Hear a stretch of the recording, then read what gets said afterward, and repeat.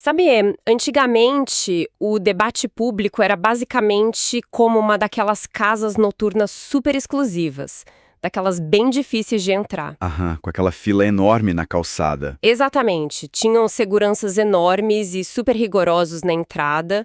E assim, pensando na comunicação, esses seguranças eram os editores de jornais, os diretores de TV, os grandes curadores de conteúdo. Eles que decidiam quem podia entrar na festa. Pois é, eles verificavam a identidade, decidiam quem entrava, quem ganhava o microfone lá dentro e até qual assunto seria debatido na pista de dança.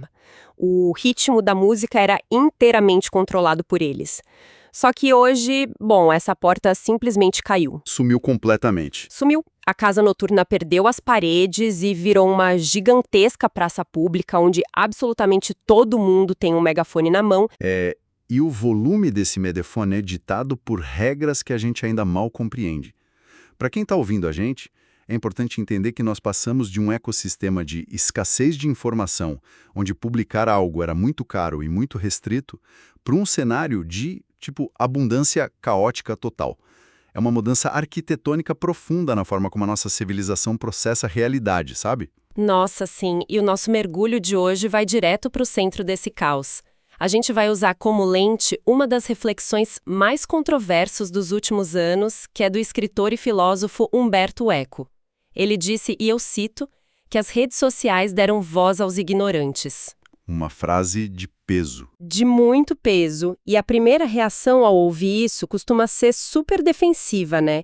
Só como uma ofensa elitista. Mas a nossa missão aqui hoje não é julgar quem está certo ou quem está errado na internet. Longe disso. A ideia é destrinchar a engenharia por trás das nossas conversas online. Como é que a gente passou de uma dieta de informação toda filtrada para esse ruído absoluto? Excelente ponto de partida. E para começar, a gente tem um conceito visual muito interessante nas nossas fontes de hoje.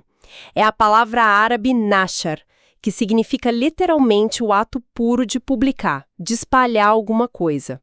O conceito de nashar é perfeito para isso, porque historicamente fazer o nashar, espalhar uma ideia em larga escala, exigia muito capital financeiro. Era só para quem tinha dinheiro, né? Com certeza. Custava papel, tinta, impressoras rotativas gigantescas, licenças de concessão pública, construir antenas de transmissão de TV e rádio. Ou seja, os seguranças da porta que você mencionou agora há pouco, eles existiam em grande parte porque a largura de banda da comunicação era muito estreita e muito cara. Havia um custo físico enorme atrelado à publicação. Exato. Tinha um limite material. Só que hoje, o custo marginal de publicar um texto para, 100 mil pessoas é zero. A sociedade dominou o Nasha sem absolutamente nenhuma restrição financeira ou técnica. É a desintermediação total. Qualquer pessoa com um celular na mão, deitada no sofá de casa, tem, teoricamente, o mesmo poder de difusão que um grande veículo de imprensa tinha algumas décadas atrás. O poder foi pulverizado. Mas aí que tá. Isso gera o que as fontes chamam de horizontalização do discurso. E aqui entra uma questão de design visual mesmo, sabe? De como os nossos olhos e o nosso cérebro processam a informação na tela do celular. É muito louco pensar nisso. Porque o cérebro humano usa atalhos visuais, que a neurociência chama de heurísticas, justamente para julgar a credibilidade de alguma coisa. No mundo físico, um artigo publicado num periódico científico, com revisão de pares, tem uma apresentação visual, uma textura, um contexto completamente diferente de, digamos, um panfleto sensacionalista que alguém te entrega na rua. A gente bate o olho e já sabe o que é o quê. Exatamente. O cérebro faz essa distinção hierárquica em milissegundos. Mas, na tela do celular, essa hierarquia desaparece completamente. É tudo igual. Tudo igual.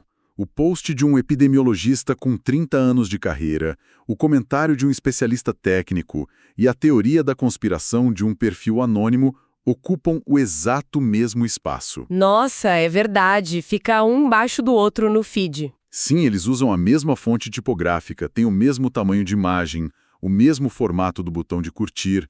O que acontece aí é uma equiparação de autoridade neurológica. O cérebro simplesmente não consegue distinguir visualmente o que tem um peso institucional real do que é puro palpite de internet. É nesse nivelamento visual que a palavra ignorantes ganha o seu verdadeiro significado na frase do Humberto Eco. Porque, lendo o contexto, a gente percebe que ele não estava distribuindo insulto gratuito ou acusando as pessoas de má-fé intelectual. Não de forma alguma. A crítica dele mirava na falta de preparo técnico aliada a uma confiança totalmente desproporcional. Pessoas sem o menor domínio sobre a complexidade de um tema, seja geopolítica, virologia, economia, essas pessoas opinam com uma certeza inabalável simplesmente porque a ferramenta permite. E mais, a ferramenta incentiva que elas façam isso. A credibilidade passou a ser medida pelo volume de visualizações. Se tem 1 milhão de likes, o cérebro processa aquilo como autoridade máxima. É a confusão perigosa entre visibilidade e veracidade. Quando a arquitetura da plataforma iguala todos os discursos, a métrica de sucesso deixa de ser a precisão dos fatos e passa a ser a pura capacidade de reter a atenção de quem está com o celular na mão. Mas aqui eu preciso fazer um contraponto. Quero colocar lenha nessa fogueira. Manda. Na teoria, acabar com aqueles seguranças da porta não é a essência mais pura da liberdade de expressão. Porque pensa bem, dar voz a grupos que historicamente nunca teriam acesso aos grandes jornais ou aos canais de TV parece uma vitória democrática colossal. Soa até meio arrogante querer que os antigos filtros voltem, como se o público geral não fosse capaz de discernir as coisas por conta própria. A minha dúvida é a liberdade irrestrita do Nechar de espalhar qualquer ideia. Não vale o preço de termos que lidar com esse ruído todo?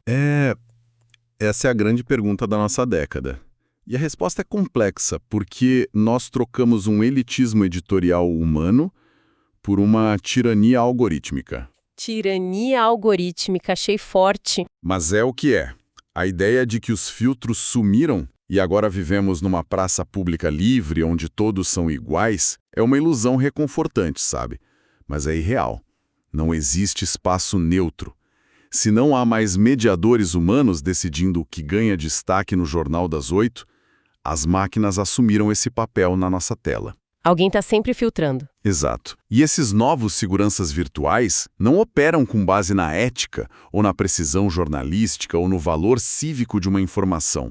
Eles operam com base num modelo de negócios muito específico, a economia da atenção. Onde a moeda é o nosso tempo. O objetivo central do algoritmo não é informar quem está do outro lado, é manter a pessoa rolando o feed pelo maior tempo possível para entregar mais e mais anúncios. Perfeito. E para prender a atenção humana no meio de um oceano infinito de conteúdo, a máquina precisa apelar para os nossos instintos mais básicos. Precisa cutucar nossa emoção. Precisamente. O algoritmo é otimizado para reatividade. E do ponto de vista neurobiológico, não tem nada que retenha mais a nossa atenção do que estados de alta excitação emocional.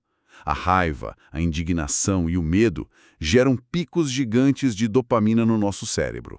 Pera, dopamina não é o hormônio do prazer? O do chocolate e tal? Pois é, muita gente confunde isso. A dopamina não é apenas o neurotransmissor do prazer. Na verdade, ela é o neurotransmissor da antecipação e do comportamento de busca. Quando um conteúdo causa aquela indignação moral forte, ele cria uma urgência no usuário de se posicionar. Uma vontade incontrolável de atacar ou de defender o seu próprio grupo ali nos comentários. Uau, faz todo sentido. É uma reação física mesmo. Totalmente física.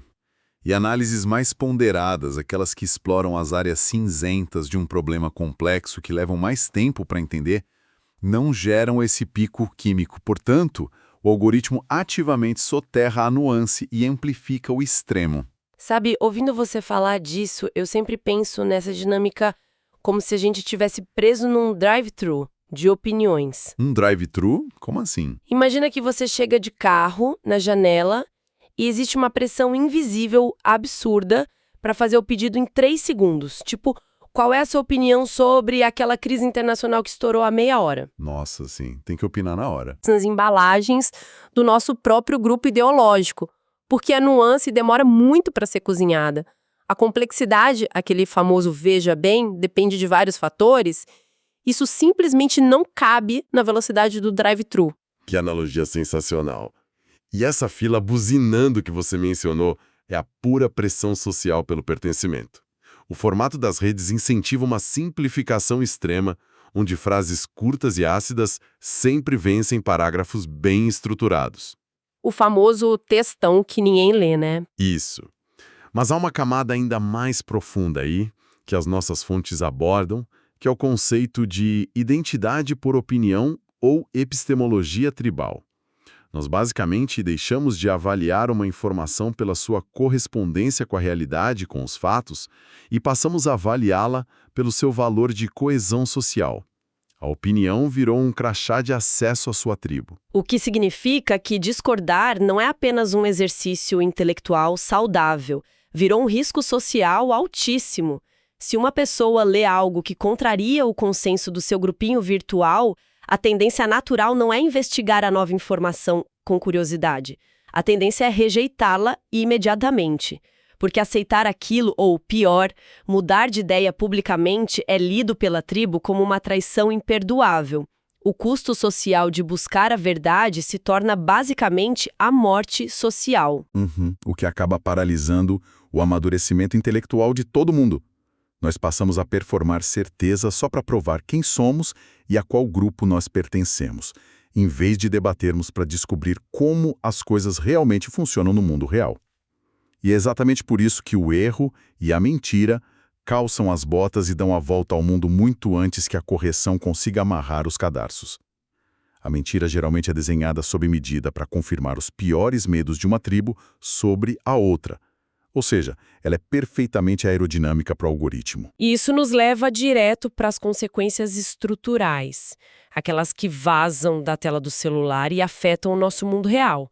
A gente está falando do empobrecimento geral do debate público e da arquitetura da desinformação. Não é só um erro ocasional ou um boato inofensivo de família. É um sistema gigantesco onde recortes fora de contexto e manchetes enganosas circulam tão rápido e com tanta frequência que acabam criando uma percepção de realidade super sólida. Isso ocorre devido a um viés cognitivo muito bem documentado pela ciência, chamado efeito da verdade ilusória. Efeito da verdade ilusória. Explica melhor isso. Claro. Funciona assim: o cérebro humano é, por sua própria natureza evolutiva, um poupador compulsivo de energia metabólica. Ele quer gastar o mínimo possível. Processar informações novas, cruzar dados diferentes e avaliar a veracidade de uma notícia exige muito esforço cognitivo. O cérebro cansa. Então, para economizar energia, ele usa a fluência e a repetição como atalhos para a verdade. Tipo, se eu vejo muitas vezes, deve ser verdade. Exatamente. Se uma informação, por mais absurda e sem sentido que seja, cruza o seu feed várias vezes no mesmo dia e é compartilhada por diferentes contatos seus, o seu cérebro automaticamente cataloga aquilo como familiar. E o que é familiar passa a ser sentido fisicamente como verdadeiro. A pura força da repetição algorítmica vence o nosso senso crítico. Que loucura! E a gente percebe que tem uma substituição muito silenciosa acontecendo no vocabulário de quem navega nesse mar de repetições. O verbo achar tomou completamente o lugar do verbo saber. A linha entre o que é fato e o que é opinião foi apagada. A gente vê com cada vez mais frequência relatos pessoais e evidências puramente anedóticas sendo tratadas como dados universais e refutáveis. Mas aqui entra uma provocação necessária, quero saber o que você acha. Diga. O conhecimento puramente técnico, os dados frios das planilhas, eles às vezes falham miseravelmente em capturar a realidade visceral do dia a dia humano, né? A vivência empírica das pessoas tem um valor imenso. A grande questão é como é que a gente equilibra a validação de um relato pessoal genuíno sem permitir que esse mesmo relato destrua o peso de um fato comprovado cientificamente. Olha, esse é um dos maiores desafios do debate contemporâneo, sem dúvida. Porque o relato pessoal tem um valor inquestionável para gerar empatia, para ilustrar as falhas ou as exceções de um sistema, Ele, como dizem, dá um rosto humano aos números. Traz a emoção para a roda. O problema estrutural surge quando a plataforma organiza esses dois elementos, a experiência singular da pessoa e a estatística geral, não como visões complementares, mas como gladiadores numa arena de batalha. O debate rapidamente passa de "esta é minha experiência dolorosa" para "a minha experiência invalida o seu método científico". Nossa, sim. É muito comum a gente ver alguém dizendo, tipo, olha, os dados dizem que a economia do país melhorou, mas a padaria do meu vizinho faliu hoje de manhã, logo os dados do IBGE são uma mentira fabricada. O caso individual é usado como uma arma para aniquilar o dado estrutural. Exato. É o instinto superando a análise em grande escala. E o pior, quando o especialista técnico tenta trazer o dado de volta para a mesa de discussão, tentando explicar com toda a paciência que uma exceção ali não invalida a regra geral do país, a dinâmica de grupo ataca esse especialista com força total. A pessoa é destroçada nos comentários. Destroçada. O especialista é rebaixado e muitas vezes acusado de falta de empatia, de ser insensível, o que transforma um debate técnico num confronto puramente moral. O objetivo já não é mais compreender a realidade em todas as suas nuances, mas sim aniquilar o argumento do outro para marcar pontos sociais para a própria tribo. A consequência final, e mais triste disso tudo, é o afastamento das vozes técnicas que simplesmente preferem o silêncio a serem trituradas por essa máquina de moer reputações. Olha, ouvindo toda essa mecânica, o cenário soa bastante sombrio para quem está prestando atenção. Parece que estamos todos presos numa engrenagem gigante que só recompensa os nossos piores impulsos. E nesse ponto, é muito fácil usar a frase do Humberto Eco como um escudo protetor, né? Como assim, escudo? Do tipo, a internet deu voz aos ignorantes, mas os ignorantes são sempre os outros. Eu sou a voz da razão iluminada no meio dessa bagunça. Mas, se a gente olhar bem fundo, essa crítica tem limites e serve, na verdade, como um espelho muito desconfortável para todos nós. Sem dúvida.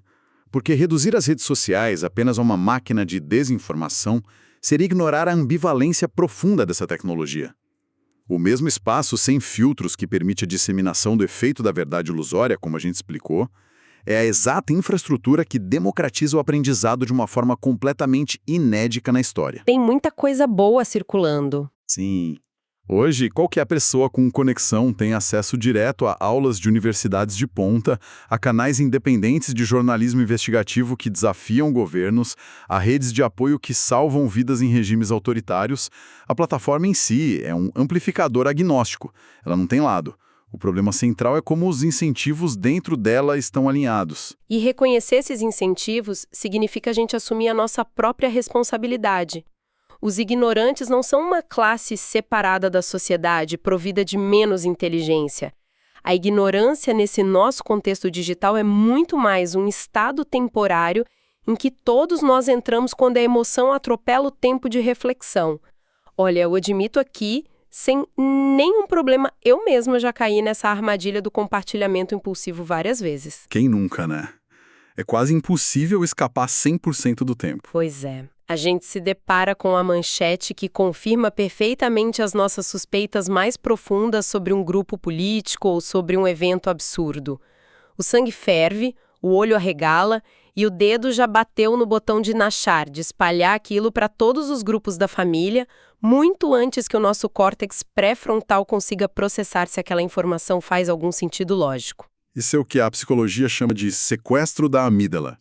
O nosso sistema límbico, que lida com as emoções, reage à ameaça ou à validação tribal muito antes que a área racional do cérebro consiga pedir uma verificação básica de fontes. Por isso que a educação midiática moderna não é apenas sobre ensinar as pessoas a checar fatos no Google, é sobre ensinar metacognição. Metacognição. Traduz isso pra gente. É basicamente pensar sobre como a gente pensa. É entender as falhas operacionais do nosso próprio cérebro para não sermos enganados pela nossa própria emoção. Incrível! Isso me faz pensar muito na necessidade urgente de criarmos atritos artificiais na nossa própria navegação. Porque a tecnologia moderna foi todinha desenhada para remover a fricção na vida. Tudo hoje é só um clique, tudo é super imediato, pagamento por aproximação, comprar com toque. Tudo feito para não dar tempo de pensar em desistir. Isso. A gente precisa começar a tratar aquele botão de compartilhar com a gravidade de uma assinatura de contrato num cartório físico. Ninguém em sã consciência entra num cartório, pega uma caneta e assina um documento legal enorme, sem ler as letras miúdas, sem entender muito bem as cláusulas e as consequências, certo? Seria uma loucura financeira. Seria. Mas, na internet, nós assinamos embaixo de dezenas de informações super complexas por dia, sem ler absolutamente nada além do título da matéria. Injetar fricção é a gente forçar esse espaço sagrado de 2 segundinhos entre a indignação emocional e a publicação. E é exatamente essa pausa que introduz a tão falada responsabilidade digital no ecossistema. Quando a gente pausa, o usuário deixa de ser um vetor passivo nessa infecção toda de desinformação e passa a atuar como um verdadeiro curador da sua própria arquitetura de escolhas. Nós precisamos urgentemente parar de premiar boatos e polêmicas vazias, com a moeda mais valiosa de todas, o nosso engajamento. Cada clique raivoso ensina para o algoritmo que é exatamente aquilo que nós queremos ver mais no dia seguinte. A gente alimenta o monstro, né? Constantemente. Mas, evidentemente, colocar todo o peso da solução apenas nos ombros do indivíduo que está cansado e estressado não resolve o problema sistêmico. As plataformas, as empresas gigantes por trás disso, precisam ser reguladas e responsabilizadas para ajustar os algoritmos delas, talvez penalizando o alcance massivo de conteúdos que comprovadamente espalham falsidades, ou introduzindo essas fricções no design mesmo, tipo aquele aviso que já aparece em alguns lugares perguntando: você realmente leu este artigo antes de compartilhar? Seria maravilhoso se todas tivessem isso. Mas até que a arquitetura mude de verdade lá no nível do código, lá no Vale do Silício, a nossa defesa primária continua sendo o nosso próprio comportamento diário. E acho que é aí que a força do alerta do Humberto Eco mora. Não está na ofensa, está em nos lembrar do altíssimo custo informacional e mental de vivermos de forma tão acelerada.